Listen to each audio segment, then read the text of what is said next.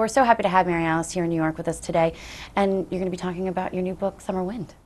So Mary Alice, what was the inspiration for Summer Wind? I'd always wanted to write a book about dolphins. You know, we have this list of books that we're going to write. It's like planes on a runway about to take off. So I knew dolphins was on it, but I didn't want to write flipper. So I thought, I'm going to learn about this species and tell a story that will make my readers aware of what's happening out there, which is what I do with all my books. Did you know the dorsal fin is like a fingerprint for dolphins? You know, I think we put that in there. We did? Oh, yes, we put that in there. and I think that's really what is so wonderful about Mary Alice's books, that there's an authenticity that really can't be duplicated or faked. It really is so natural and inherent to your personal experiences, and they blend so seamlessly into all of your books. And I think that's the reader promise I have, that my readers will know that when I write a book, they're going to come to the book for the story about the people. Absolutely. I write about women and their husbands and their ups and downs and joys and failures. Sisters and grandmothers. Sisters and grandmothers. Yes. But in this trilogy, they know when they close that book, they're going to think, great story, I loved it, but I learned a lot about dolphins too. And that, for me, is the icing on the cake.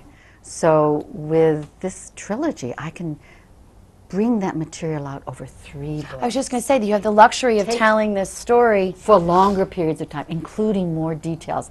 And I think for the characters, each character has her own book, so I can really develop her issues. Like in the Summer Wind, Dora, that's a funny story because you said to me, Dora needs more development. That's very common between us. You know, I listened to you, and it's because Dora was an every woman. I think of all my characters, my readers are going to identify with Dora because she reflects so many of the insecurities and the fears of expectations that we as women face all the time.